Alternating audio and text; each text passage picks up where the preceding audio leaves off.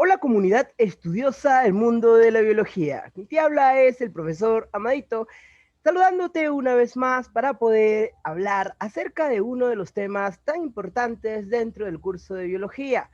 Es el pilar fundamental para conocer a los seres vivos.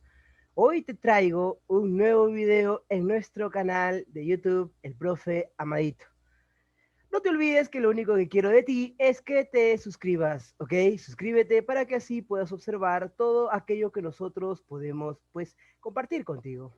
Recuerda que subimos mucho contenido académico constantemente, solamente por ti y nada más que para ti. Me puedes ubicar en YouTube como el profe Amadito, no te olvides, ¿ok? Los cursos que imparto dentro de este canal vienen a ser biología y anatomía. Vamos a comenzar con uno de los temas que es muy importante tratar el día de hoy, que es conocido como el ser vivo. ¿Qué es un ser vivo? Hablar de un ser vivo es hablar de un organismo que está constituido por materia. Dentro de la materia observamos que está compuesto por átomos, por elementos, por moléculas, y ellas van a tener características particulares, ¿ok? Podemos decir que son sistemas orgánicos, ¿sí? Físico-químico, que cumplen propiedades. Entonces podemos darle muchas definiciones a los seres vivos. La definición que el día de hoy te traigo para compartir contigo es aquella que menciona que los seres vivos son porciones de materia que pueden ser de dos tipos: animadas, vivas o inanimadas, que no tienen vida. La pregunta es, ¿quiénes son las que son consideradas como materia animada? Pues ahí hablamos todos aquellos que tienen organización compleja y que tienen características particulares. Y aquellas que no son seres vivos son aquellas que están formadas por agregaciones supramoleculares y que no llegan al nivel celular. No te vayas a olvidar, ¿ok? Bien. Si te preguntan a ti quiénes son considerados seres vivos, el día de hoy vamos a explicar quiénes son considerados seres vivos. Tenemos, campeoncito, las bacterias. Recuerda que las bacterias son organismos procarióticos que tienen más de 6.5 millones de años de antigüedad. Son las estructuras que tienen sus organelas muy, pero muy vestigiales. Y recuerda que las bacterias son productoras de enfermedades. La mayoría de ellas no son infecciosas, ¿ok? Solo un mínimo porcentaje genera enfermedades. Se les llama cosmopolitas o ubicuas porque ellas podemos encontrarlos en cualquier lugar. Pertenecen al reino Eubacteria, no te vayas a olvidar. Los protozoarios vienen a ser aquellos organismos pluricelulares que tienen la responsabilidad de pertenecer al estudio a los seres vivos y que ellos pertenecen al reino protoctista. Ahí podemos tener como ejemplo a los mastigóforos, a los sarcodinos, a los ciliados, etcétera. También tenemos a los hongos, que se caracterizan por tener un tipo de nutrición específica, una nutrición heterótrofa absortiva, en donde para que ellos puedan encargarse de elaborar su propio alimento que ellos ingieren, entonces ellos qué cosa necesitan? Necesitan esto que está acá, mira. Yo voy a mostrarte en esta imagen que tú puedes ver por acá, ¿cómo es que el hongo tiene la particularidad de consumir su alimento? Si hablamos de los hongos, ellos tienen una nutrición. La nutrición que tienen ellas es heterótrofa absortiva. ¿Qué significa que sea heterótrofa absortiva? Que ella se va a encargar de, para consumir este determinado alimento, ella va a tener que encargarse de degradarlo, ¿ok? Degradarlo fuera. ¿Para qué lo va a degradar afuera? Ah, para que pueda utilizar la descomposición de este alimento, que viene a ser este sustrato. Pero ¿cómo ocurrió esto? Sencillito, este honguito, ¿ok? Este honguito era el responsable de enviar esas enzimas. Es decir, estas enzimas caen en el alimento, genera el sustrato y recién así el sustrato va a poder consumirlo el honguito a través de una digestión extracelular. no te vayas a olvidar. Muy bien, los hongos, algunos pueden ser comestibles, algunos hongos no se consumen porque presentan sustancias tóxicas, nocivas y perjudiciales para nuestra nutrición. Los hongos comestibles tenemos ahí como ejemplo los famosos champiñones, ¿ok? Muy bien. Otra de las cosas que también podemos hablar acerca de las alguitas, podemos decir que hay algunas algas que tienen la capacidad de poder realizar fotosíntesis. Tenemos las algas verdes azuladas, tenemos las algas púrpuras, las algas rojas, etcétera. Ellas pertenecen al reino protoctista. Ahora vamos a hablar acerca de las metafitas, las plantas. Recuerda que las plantas son organismos autótrofos con capacidad de hacer fotosíntesis, tienen la particularidad de estar en mayor proporción dentro de la tierra y sobre todo producen moléculas orgánicas. Lo más importante, la producción de las moléculas orgánicas. Cuando hablamos de los animales, pues estamos hablando de todos aquellos que tienen columna vertebral y aquellos que no poseen columna vertebral. Y también podemos observar los platelmintos, los nemátodos, los cordados, tenemos a los moluscos, los solonélidos, a los reptiles, anfibios, peces, ¿ya? Etcétera. O sea, todo ese conjunto representa a los seres vivos. La pregunta es, ¿quién no es considerado un ser vivo? Pues déjame decirte que es el virus. Y la pregunta es, ¿por qué? Es que lo que pasa es que los virus no están constituidos por células. Por eso que a los virus se les considera como acelulares. ¿Qué significa que sea un organismo acelular? Es aquel que no está compuesto, constituido por células. Por eso ellos reciben el nombre de parásitos intracelulares obligados. No te vayas a olvidar. Ahora, ¿cómo actúa?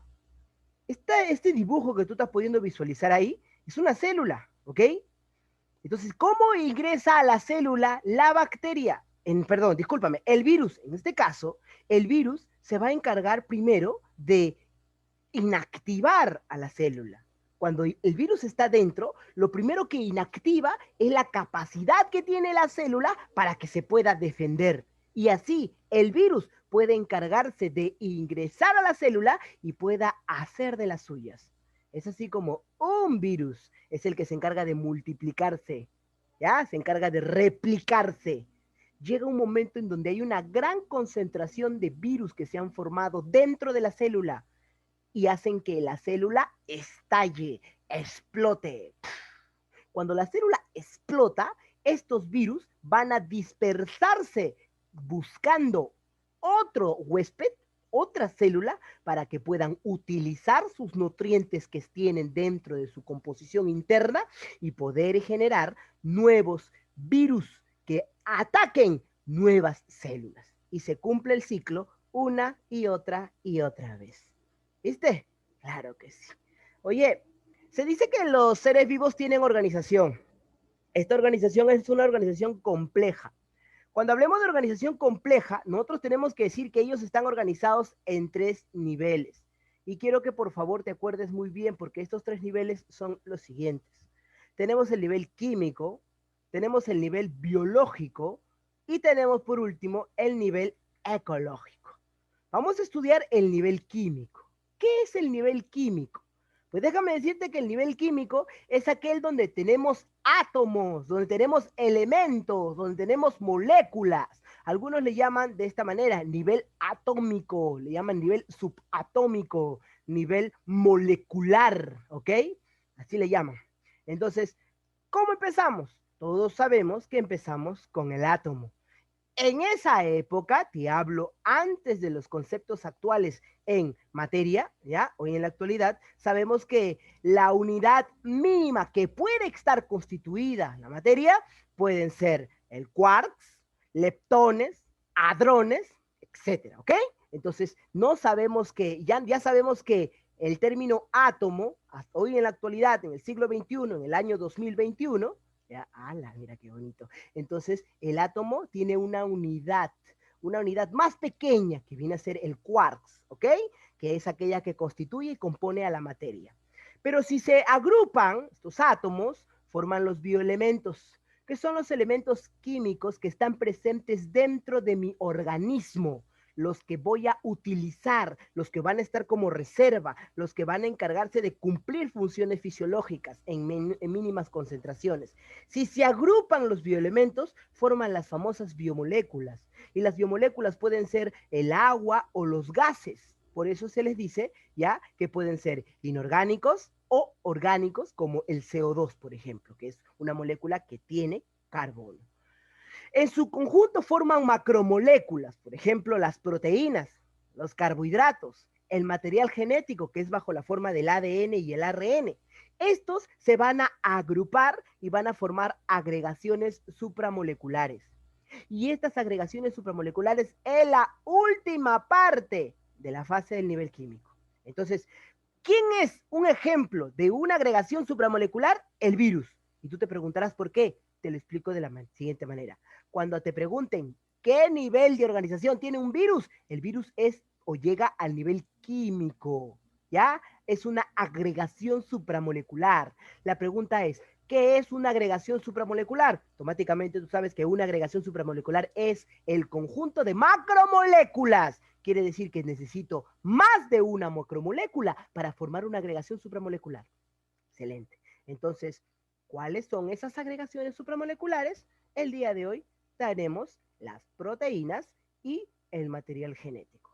Ese material genético puede ser ADN o ARN, pero cualquiera de los dos unidos a las proteínas pueden originar virus ARN o virus ADN. Terminamos el nivel químico. Luego del nivel químico tenemos el famoso nivel biológico. El nivel biológico es muy importante porque comienza el nivel celular, es decir, la célula. Hoy en la actualidad sabemos que la célula es la unidad básica que constituye a todos los seres vivos. En el año 1838 a 1839, el científico alemán Matthias Schleiden y Theodor Schwank fueron los responsables de otorgar una teoría celular que menciona que todos los seres vivos estaban formados por células, perdón. Por células. Entonces, gracias a esta teoría celular, sabemos que las células representan una unidad. Unidad morfológica porque tienen diversas formas, unidad fisiológica porque cumple funciones vitales, unidad hereditaria porque contiene el material genético y unidad evolutiva porque ha ido con el pasar de los años evolucionando. El conjunto de células forman los famosos tejidos. Y tú recuerda que un tejido es un conjunto de células que tienen que cumplir 3 características y una propiedad fundamental. Tienen que tener mismo origen embrionario, tienen que tener misma forma, tienen que tener misma función y deben poseer una matriz extracelular o sustancia intercelular. No te vayas a olvidar. Cuando los tejidos se agrupan, forman órganos. Y estos órganos van a encargarse de ser conjuntos de tejidos que cumplen funciones específicas. Son altamente totipotenciales porque tienen tejidos que permiten la producción de otros tipos de tejidos. Y en conjunto, estos órganos forman sistemas o aparatos.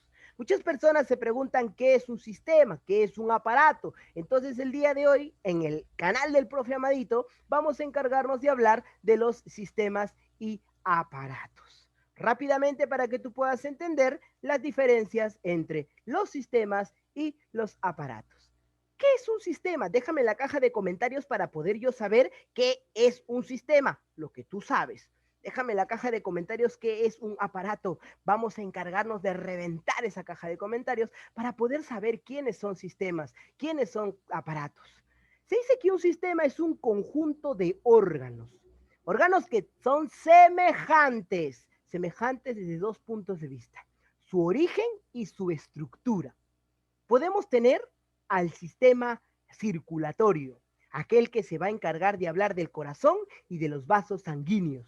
Tú sabes que el corazón es el órgano muscular y hueco que tiene la capacidad de enviar y recibir oxígeno y que cumple el transporte gracias a los vasos sanguíneos, que pueden ser arterias, venas y capilares, los más conocidos. Otro de los sistemas, tenemos el sistema nervioso, que permite la regulación interna, ¿ya? Pero a través de nervios, ¿ok? Y estos pueden clasificarse en sistema nervioso central, sistema nervioso periférico, etc. El sistema urinario es aquel encargado de filtrar la sangre para producir la orina, desecho metabólico indispensable porque contiene todos los metabolitos que el cuerpo ya no puede absorber y asimilar y son productos de desecho. ¿Ok? Tenemos que hablar también del sistema endocrino, aquel que permite la regulación de hormonas por acción de las glándulas. Tú sabes que las hormonas son los mensajeros químicos que se van a encargar de llevar la información hasta el órgano blanco y diana, que es el responsable de hacer que se cumpla o se dé esta información. ¿Okay? Ahí tenemos al hipotálamo, a la hipófisis, a la timo, al tiroides, a la paratiroides, tenemos al páncreas, a los ovarios y a los testículos, en varones, en mujeres y varones respectivamente. Tenemos también el sistema articular que se encarga de hablar acerca de las articulaciones, ¿ok? No te vayas a olvidar. El sistema tegumentario es aquel que se va a encargar de hablar de todo el conjunto epitelio, o sea, todo lo que viene a ser la piel. Ahora, recuerda que la piel no es un tejido, es un órgano y es un más extenso del cuerpo. El órgano más extenso del cuerpo es el sistema tegumentario, principalmente la piel. Si retiramos toda la piel de un ser humano, aproximadamente tendría un peso que oscila de 7 a 7.5 kilogramos. ¿Ok? Tenemos también el sistema óseo que permite la rigidez, el soporte y la protección de nuestro cuerpo. Y el sistema muscular que permite el desplazamiento y sobre todo cuando ellos dos se juntan van a poder formar el sistema que permite la famosa locomoción. ¿Ya? Porque si tú solamente tuvieras sistema óseo, prácticamente serías un esqueleto de huesos y con cualquier golpe, oh, ¡pum!, vas a caer. Pero si tú tienes los hueso y músculo, entonces ambos van a activar una actividad. Esa actividad se llama la locomoción, que permite ¿qué cosa? El movimiento y el desplazamiento de mi cuerpo. Ah, ya, profe, ya entiendo. Entonces, no te vayas a olvidar. El sistema linfático es muy importante porque se va a encargar de transportar grasas, pero también se va a encargar de permitir la protección en nuestro cuerpo. Por ejemplo, este es la famosa capilar, ¿ok? Torrente sanguíneo. Y yo veo que hay algunas grasas, ¿ok? Veo que hay algunas grasas, ¿ya? Que van a querer pasar, ¿ok? A través de la sangre. Entonces, ¿qué cosa es lo que, cómo voy a hacer que estas grasas pasen? Muy bien, para que las grasas puedan ser absorbidas principalmente, primero quiero que por favor observes aquí, esto que está acá viene a ser la luz del tubo del intestino delgado. Vamos a hacerlo en dos bloques. Estas que están acá vienen a ser las células del enterocito, es decir, las células del intestino. Muy bien. Ahora, lo que yo quiero que tú entiendas es que hay algunas que van a poder absorberse, pero solamente cuando haya alguien que permita esa absorción. ¿Sabes quiénes permiten la absorción de estas grasas? El sistema linfático. Pero ¿sabes qué? El sistema linfático, para que pueda permitir el transporte de sus grasas, necesita transportarlo bajo la forma de un kilomicrón. Y este es el kilomicrón, la responsable de transportar estas grasitas hacia nuestro sistema linfático. No te vayas a olvidar, ¿eh? Y gracias del sistema linfático, recién ahí se van a transportar a nuestro cuerpo.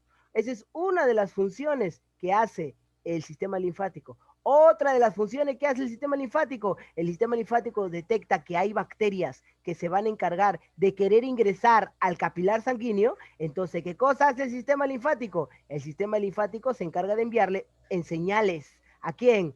Al sistema inmunológico. ¿Para qué? Para que el sistema inmunológico excite al sistema linfático y el sistema linfático produzca esto que está aquí. Profe, ¿qué cosas vienen a hacer esto que está acá? Los famosos nódulos linfáticos. Entonces, estos nódulos linfáticos rápidamente van a detectar la bacteria y automáticamente se van a encargar de ¿qué? De destruirla. Chic, chic, chic, chic. Y cuando sean destruidas, esta se inflama como mecanismo de acción fisiológica a su proceso. No te vayas a olvidar, ¿ok? Este es el segundo proceso. Ahora, hay muchos más procesos, pero esos ya tú te vas a encargar de estudiarlos más adelante. Y lo vamos a estudiar más adelante, no te preocupes, ¿ok? Inmunológico, todo lo que tiene que ver con protección, células B y células T. Oye, papi, yo te pregunto, ¿faltó algo aquí explicar? Sí, porque aquí aquí, papacito, en los nódulos linfáticos van a haber dos células que se encarguen de producirse. La primera célula que se produce es la célula B.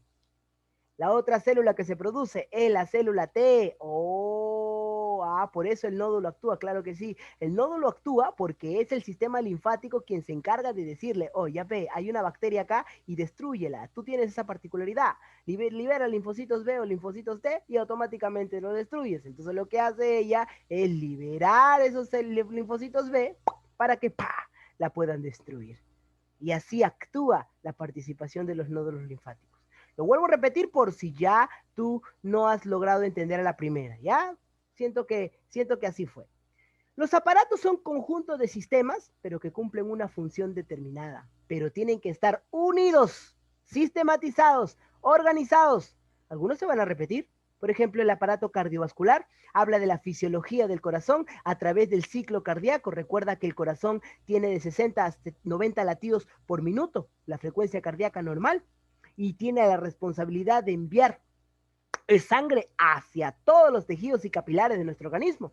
El aparato respiratorio que permite la conducción del aire inspirado hasta que el oxígeno pueda ser captado a nivel de los alvéolos pulmonares. El aparato digestivo que permite la degradación de los compuestos complejos a compuestos simples, favoreciendo la absorción de los nutrientes útiles para que la célula pueda tomar esa energía y cumplir sus funciones fisiológicas. El aparato locomotor, que es la integración del sistema óseo y el sistema muscular que permiten el desplazamiento y el movimiento del cuerpo humano. El aparato excretor que permite la expulsión y la eliminación de los desechos metabólicos. En este caso, es el riñón el responsable de permitir la formación de la orina. Y por último, el aparato reproductor, que es aquel que permite la perpetuación de la especie, para que así la especie se conserve con el pasar de los años. Entonces, querido campeón, hemos hablado acerca de la diferencia entre los sistemas y aparatos. ¿Ok? Entonces ya sabemos nosotros todo eso, campeoncito, porque lo hemos estudiado, ¿cierto? A ver, nosotros queremos saber esto que está aquí, papacito, esto.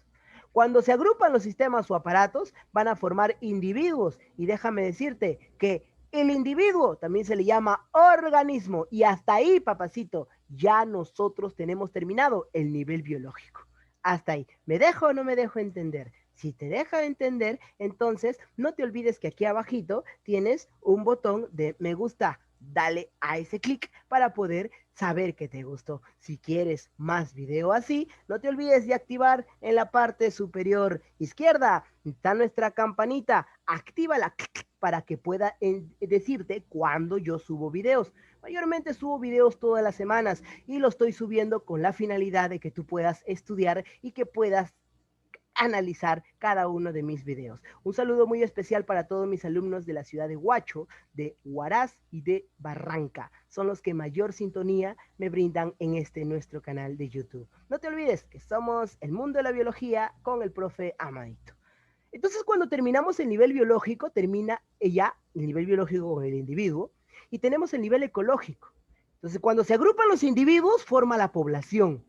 La población son conjunto de individuos de la misma especie, pero la comunidad viene a ser ya el conjunto de poblaciones, ¿ok? El conjunto de poblaciones que van a tener la interacción con todo su entorno. Y el conjunto de comunidades forma el ecosistema. Y recuerda que el ecosistema es la unidad básica y fundamental de la ecología, ¿ok? En su conjunto, la ecología, el ecosistema forma los biomas, que son los conjuntos de climas característicos de un determinado lugar. Y cuando hablamos nosotros del conjunto de biomas, forma la biosfera. Bio significa vida. Esfera proviene del vocablo griego sphaires, que significa esfera, ¿ok? Capa, capa. Entonces, biosfera significa una capa que tiene vida. Por ejemplo, la Tierra. Y el conjunto de biosferas forman la ecosfera. ¿Y qué es la ecosfera? Un conjunto de biosferas. No te vayas a olvidar. Tenemos atmósfera, hidrosfera, litosfera y geosfera. ¿Cuándo se refiere a la atmósfera? Cuando estamos hablando de toda la porción de los astros celestes. Cuando hablamos de la porción geosfera, cuando hablamos de la estructura interna de la Tierra. Cuando hablamos de la hidrosfera, cuando estamos hablando de la composición de todo el agua presente en la Tierra. Ok, no te vayas a olvidar. Los seres vivos también están organizados, no en tres niveles, sino de tres formas, ¿ok? Así que vamos a borrar esto y vamos a encargarlo de transformarlo. Ahora sí, también por su número de células. Eso está correcto. Entonces, por su número de células pueden ser unicelulares, aquellos que están formados por una sola célula, pluricelulares, aquellos que están formados por, llamados también parazoos, ¿ya? Y ellos se van a encargar de no presentar, no poseer, no tener tejidos dentro de su organismo. Y los multicelulares, que son los famosos eumetazoos, y estos sí tienen presencia de tejidos en su estructura. Ahora, vamos a hablar del metabolismo. Todos los seres vivos tienen metabolismo, pero no todos los seres vivos que tienen metabolismo lo hacen de la misma manera. Algunos tienen un metabolismo alterado, otros tienen un metabolismo ralentizado. Por eso yo pregunto el día de hoy, ¿qué es el metabolismo? Pues el metabolismo es el conjunto de reacciones químicas que ocurren dentro de la célula de un determinado organismo. También la podemos definir como aquella característica que cumple el individuo que tiene la particularidad de transformar o intercambiar la materia. Tú me das materia y yo te doy energía útil para que puedas utilizarla en lo que tú desees. Algo así es el metabolismo. Se clasifica en dos grandes bloques, anabolismo y catabolismo, pero también hay un proceso llamado anfibolismo. El anfibolismo realiza los dos procesos a la misma vez, por eso que se le dice que es mixto. Hoy vamos a hablar acerca del anabolismo, ¿ya? Y del catabolismo. Siempre a mis alumnitos yo les he dicho que no se preocupen. ¿Por qué? Sencillo, porque el proceso anabolismo significa o representa algo. La pregunta es, ¿qué significa o qué representa la palabra anabolismo? Cada vez que tú veas en un libro de biología, anabolismo, lo que te tiene que venir a la cabeza, el término es creación. Creación. No te vayas a olvidar creación. Entonces, ¿qué significa anabolismo? Creación. Pero en realidad no significa relación, solamente que lo asociamos de forma análoga con el término anabolismo, ¿ok? Anabolismo, entonces, cuando tú veas en un libro de biología, anabolismo, anabolismo es, ana es crear, entonces tú creas, tú formas, tú elaboras, tú empaquetas, no te vayas a olvidar. Pero creación es un término que pues no va acorde con la biología. Entonces vamos a aplicarle un término que sí podamos utilizar. Ese término es el síntesis. Por eso que en biología cuando veas el sufijo síntesis adherido a una palabra, rápidamente sabes que en ese proceso vas a sintetizar, vas a crear, vas a formar nuevas moléculas. Como estamos hablando de que metabolismo es el conjunto de reacciones químicas y el anabolismo es una de ellas, entonces debe de estar compuesta por reacciones químicas. ¿Qué tipo de reacciones químicas tienen los procesos anabólicos? No te vayas a olvidar, son reacciones endergónicas. Y cada vez que nosotros hablemos de una reacción endergónica, es toda aquella que utiliza, absorbe la energía para sí. Y la energía la encuentra bajo la forma del ATP. No te vayas a olvidar. Un esquema clásico. Mira, tenemos 4 moléculas. Estas moléculas las voy a llamar moléculas simples, moléculas sencillas. Estas moléculas sencillitas van a encargarse de poder utilizar la energía que tienen a su favor, absorben esta energía y ellos van a producir ahora 8 moléculas, el doble. ¿Qué pasó? Es que estas moléculas simples, por acción de reacciones endergónicas, crearon nuevas moléculas complejas. Y ahora, otra cosa pasa con el catabolismo. Esto es lo contrario, lo opuesto, lo inverso, ¿ok? El catabolismo significa degradación, descomposición, ¿ok? Eso significa catabolismo. Pero yo no voy a decir degradación, pues. Esa es la relación análoga que yo como estudiante lo hago para que así tenga mayor entendimiento, pues, ¿no? Yo como estudiante, pero como docente te imparto esta experiencia para que así tú te puedas adecuar y puedas entender realmente lo que quiero transmitirte. El término más apropiado sabemos que es lisis. Por eso que cuando veamos el sufijo lisis, rápidamente a nuestra mente se tiene que venir el término degradación, que significa descomponer, que voy a desintegrar esta determinada molécula por acción de reacciones químicas que son de tipo exergónica, que tienen la responsabilidad de degradar el ATP, liberar el ATP. Y este ATP se libera, ¿ok? No te vayas a olvidar. Un esquema clásico. Ahora estas moléculas complejas van a encargarse de liberar ATP y van a originar moléculas más sencillas, moléculas más simples. Un ejemplo característico, la glucólisis, proceso catabólico y exergónico que tiene la particularidad de degradar una molécula de glucosa hasta la conversión de piruvato. Recuerda que una molécula de glucosa es una aldopentosa que tiene 6 carbonos que en el proceso de la vía de Enden-Meyer-Hof se va a encargar de ingresar a la célula gracias al sodio, ¿ok? Y que permite un simporte favoreciendo el proceso de la glucólisis, ¿ok? Obteniendo glucosa, ¿ya? Obteniendo energía. Eso es el proceso del metabolismo. Vamos a hablar del proceso de la reproducción. Tú sabes que la reproducción es tanto lo que tú y lo que yo sabemos, ¿ok? Es el proceso mediante el cual el macho y la hembra se van a asociar, permitiendo la perpetuación. Pero ahí te dice reproducción asexual. Ah, entonces existen dos tipos de reproducción. Creo que vamos a hablar el día de hoy de los dos tipos de reproducción. Oye, yo te pregunto algo. ¿Qué cosa viene a ser la reproducción asexual? ¿Qué características crees que tiene? ¿Dónde se puede realizar? ¿Qué tipo de organismos lo pueden hacer? ¿Por qué es importante la reproducción asexual? ¿Tendrá o no tendrá variabilidad genética? De la misma manera hablamos de la reproducción sexual. ¿Qué es la reproducción sexual? Porque es importante la reproducción sexual. ¿Dónde ocurre la reproducción sexual? ¿Quiénes son los responsables de hacer respiración sexual? Hoy hablaremos de reproducción. Entonces, hablar de reproducción es hablar de la capacidad que tiene el organismo de generar descendencia, pero una descendencia que sea fértil, que tenga la capacidad de poder concebir otro nuevo individuo para así permitir el aumento y el número de individuos. Entonces, lo que tienes que asegurar es la perpetuación de tu linaje. ¿Ok? Se clasifican en dos grandes grupos, la reproducción asexual y la reproducción sexual. ¿Qué es la reproducción asexual? ¿Y qué es la reproducción sexual? Hablemos entonces acerca de la reproducción asexual.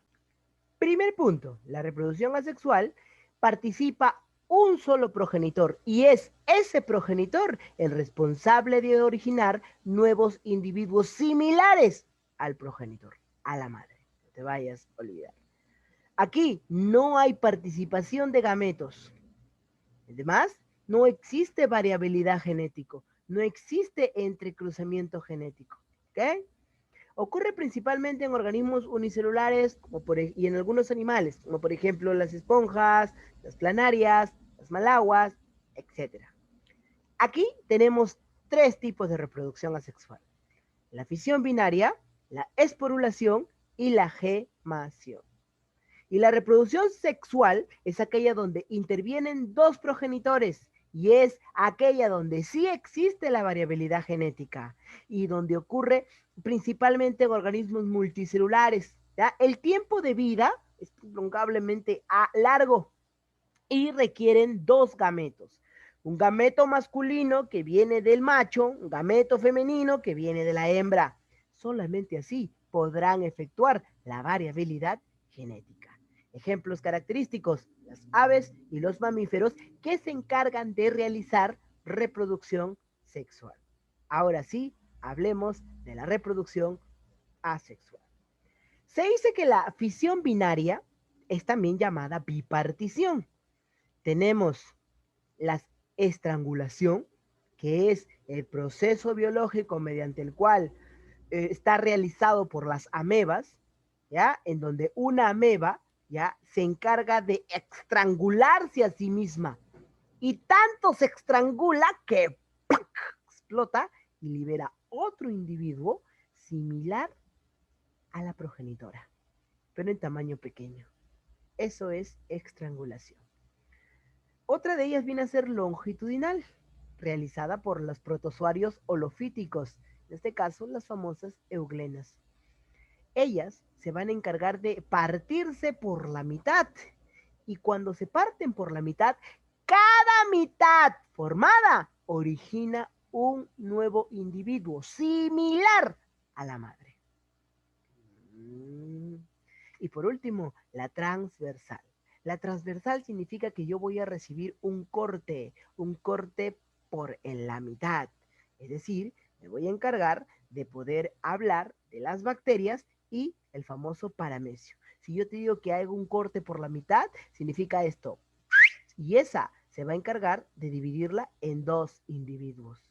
No te vayas a olvidar. Eso es la fisión binaria. Ahora hablemos de la gemación o yemación. ¿Por qué es importante ella? Porque origina un nuevo ser a partir de su yema o brote que ella tenga. ¿Ok? Ahora, tenemos por ejemplo las levaduras, que son organismos unicelulares, en este caso, hongos unicelulares, que tienen la particularidad de actuar de esta manera.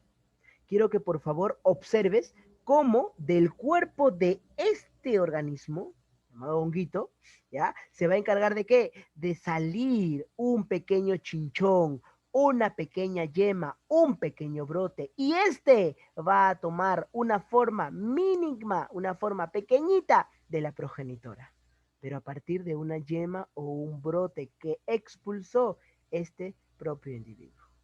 ¿Ok? No te olvides, la yema es aquel que forma el nuevo individuo. En las esponjas, ¿ok? Hablamos principalmente de los poríferos, esos tipos de poríferos, ¿ok? Esos tipos de poríferos. Tú pensabas que yo te hablaba de Bob Esponja. No, estos tipos de poríferos. Estos poríferos les sale un brote, una yemita, y gracias a este brote o yemita originan a un nuevo individuo. Las hidras también, como los nidarios, responsables de, a partir de este brote o yema, originar nuevos individuos. ¿Bien? Hablamos de la esporulación. Se te tiene que venir a la cabeza el término esporas. Exacto. Aquí son las bacterias y los paramecium, ¿ya? Los que se encargan principalmente, discúlpame, solamente las bacterias, ¿ya? Vamos a empezar por partes. Las bacterias son resistentes al calor, ¿ya? Resistentes al frío y a la desecación. Este que está aquí es una determinada bacteria. Mira su núcleo, único. Ahora mira cómo se ha extendido sus núcleos. Han empezado a aumentar. Llega un momento en donde ella va a estallar y va a liberar todas estas sustancias. No te vayas a olvidar, ¿ok? Y también tienes que acordarte del protozoarios. Son los protozoarios también los que van a encargarse de poder realizar reproducción asexual por esporulación, en donde es esta, ¿ok? Quien se va a encargar de aumentar el número de núcleos. Estas mismas van a producir un citoplasma y cuando ya estén formados sus citoplasmas internos, ellas van a encargarse de salir hacia afuera. No te vayas a olvidar. A eso se llama esporulación, por la liberación de las esporas.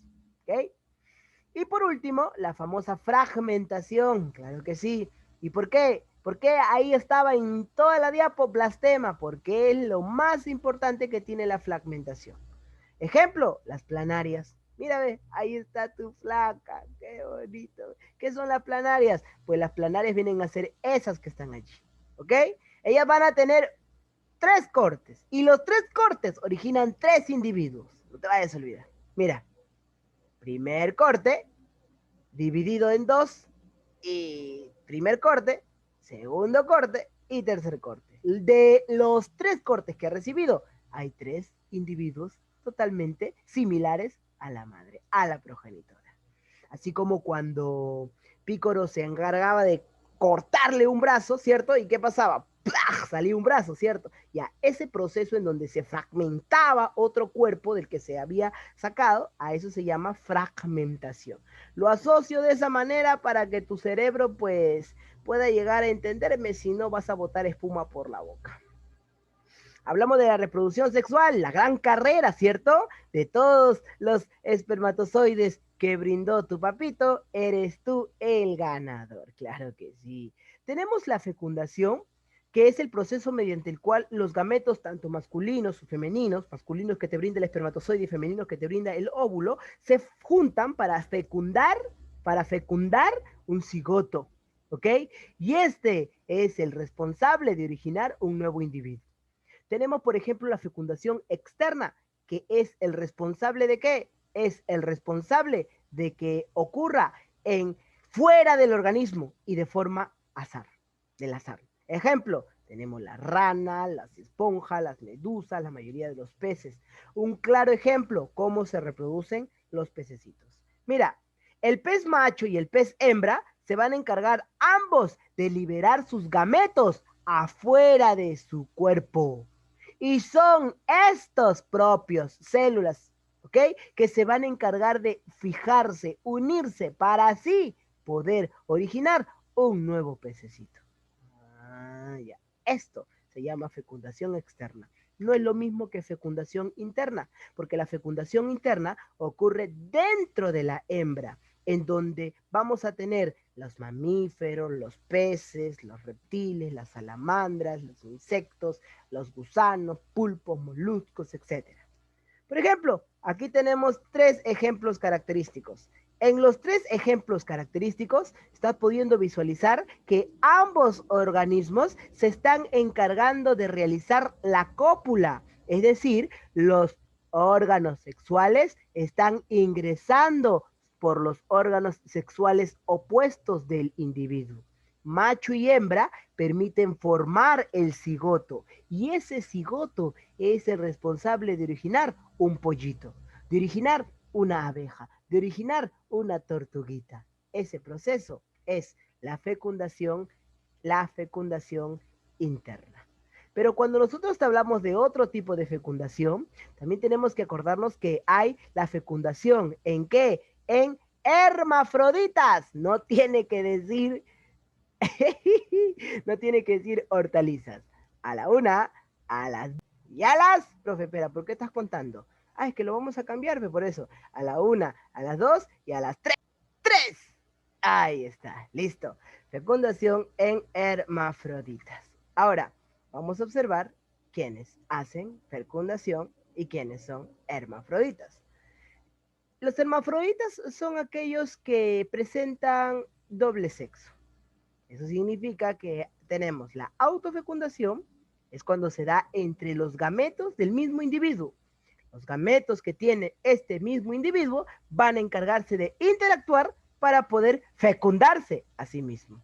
Característica de algunas especies que están sésiles. ¿Qué significa aquellos organismos sésiles? Aquellos que se mueven allí, en el mismo lugar. No presentan desplazamiento y no presentan locomoción. Ejemplo, las plantitas o los parásitos, ¿ok?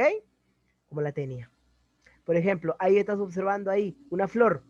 En la antena del estambre se le va a liberar el polen, pero ese polen cae en el óvulo de la misma flor, autofecundándose a sí mismo.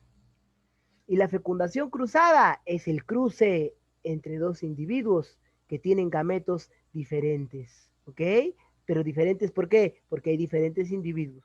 Por lo general son especies de vida libre, como el caracol y la lombriz de tierra, hermafroditas. No te vayas a olvidar. ¿Qué más tengo que aprender, profesor? Tengo que aprender la partenogénesis. Se dice que la partenogénesis se origina un organismo haploide a partir de un óvulo no fecundado. Ocurre principalmente en las en las abejas y las hormigas. ¿Ok? Vamos a explicar este proceso de forma rápida y sencilla. Entonces vamos a encargarnos aquí de explicar. Ahí está. Campeoncito. Aquí hay 2 individuos. La hembra, que es Julieta, y el macho, que es Romeo. Julieta y Romeo pues van a tener un amor muy bonito, pero de todas ellas, quien puede encargarse de formar individuos sin la participación del otro es ella, Julieta. ¿Por qué? Mira, Esta hembra tiene 32 células, ¿ok? Y mira, solamente va a otorgar 16 en un proceso meiótico. Aquí vamos a utilizarlo, este óvulo, con el macho, que te brinda también sus 16. ¿Ok? Cuando estos dos se van a unir, ¿ok? Van a fecundar un individuo de 32. ¿Estamos de acuerdo? Ahí está. Pero ella puede encargarse de originar otro nuevo individuo a partir de un óvulo que no se fecundó. Quiere decir que ella puede formar otro individuo sin la necesidad de utilizarlo a él. Este proceso se llama partenogénesis. Otra cosa muy distinta es la partenocarpia. Eso es en el sistema vegetal. La partenocarpia viene a ser un fenómeno en el cual existe la formación de frutos sin semillas previa fecundación. No te vayas a olvidar. Y cuando hablamos de la conjugación, también es aquella en donde podemos hablar de un tipo de reproducción sexual, de tipo parasexual. Permite el intercambio de nuestro material genético, ¿ok? De un individuo a otro individuo. Principalmente se hace a través de las famosas filis sexuales, por ejemplo, las bacterias. Eso que está alrededor de las bacterias vienen a ser los famosos filis sexuales, que son aquellos que permiten el transporte del plásmido, que viene a ser el ADN bacteriano, característico y responsable de compartirse en este proceso de la conjugación. Otra de las cosas que tenemos que acordarnos es acerca de la relación. ¿Qué es la relación? Es la capacidad que tiene un ser vivo de responder ante determinados estímulos. Porque recuerda que los seres vivos están interaccionando, están relacionados con todo lo que está a su alrededor, a su entorno, en su medio ambiente. Entonces, las respuestas del ser vivo frente al estímulo pueden ser por un mecanismo de adaptación, que se adecúa el cuerpo, el organismo, a nuestro medio ambiente, un mecanismo de irritabilidad, de responder ante los diversos estímulos que pueda tener, ¿ok? O movimiento. Bien. Vamos a hablar acerca de la adaptación. Se dice que es la respuesta a un estímulo que es constante. Además, es cuando el estímulo que proviene del ambiente es constante, permanente y el ser vivo modifica y determina la forma de vida que va a adaptarse. Entonces, supongamos que yo tengo pingüinos de Humboldt que los traigo al Parque de las Leyendas. Obviamente que los estoy sacando de su hábitat natural, en donde ellos estaban permanentes, en donde ellos estaban en una forma de vida, y ellos van a tener que llegar a otro lugar, otro medio ambiente que va a tener que ser condicionado para que puedan adaptarse y tengan una forma de vida que les permita adecuarse al nuevo entorno que ellos le rodean. Por ejemplo, las vicuñas adaptan la altura de que tiene el altiplano. Es decir, ellas pueden soportar esta altura. ¿Gracias a qué? Al pelaje que presenta. Entonces, la respuesta puede ser al clima, la temperatura, al alimento, a una necesidad de protección, ¿ok? La irritabilidad es la respuesta ante un estímulo temporal, ¿ok? Se da cuando el estímulo proviene principalmente de un organismo o del ambiente. Es temporal y transitorio, porque el ser vivo puede producir muchas respuestas. Por ejemplo, cuando los animales huyen del fuego por el olor del humo, es un mecanismo de irritabilidad, porque ellos saben que lo que están absorbiendo no viene a ser oxígeno, sino viene a ser monóxido de carbono y dióxido de carbono. Entonces las respuestas pueden ser a los colores, al dolor, a la llamada, a una caricia, a un cortejo, ¿cierto?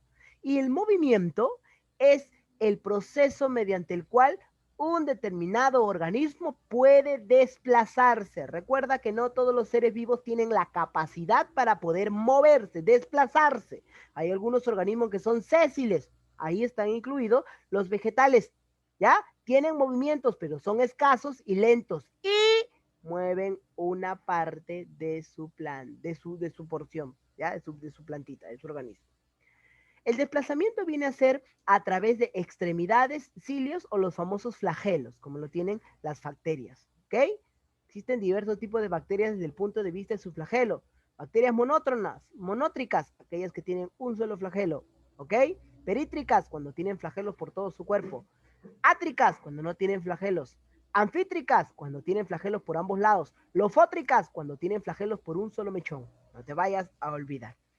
Cuando nosotros hablamos de tropismo, estamos hablando de que es característico de los vegetales ante un estímulo. Por ejemplo, cuando las plantas se mueven en dirección a la luz solar, fototropismo. Cuando se mueven en dirección al agua, hidrotropismo. ¿Ok? La taxia es propia de los protozoarios. ¿Ya? Fototaxia, quimiotaxia, por acción de la luz, por acción de reacciones químicas. Y la anastia es un movimiento que ocurre en las plantas, pero es un estímulo temporal, como por ejemplo la mimosa púdica, que cuando tú agarras, la tocas a la mimosa púdica, ¿qué hace la mimosa púdica? Rápidamente se empieza a cerrar, a cerrar, a cerrar. ¿Ok?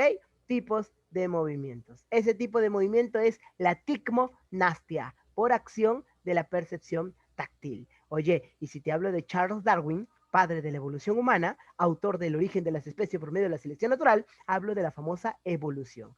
La evolución son serie de transformaciones que permiten que la carga genética que llega a la población pueda tener mejoras, mejoras continuas.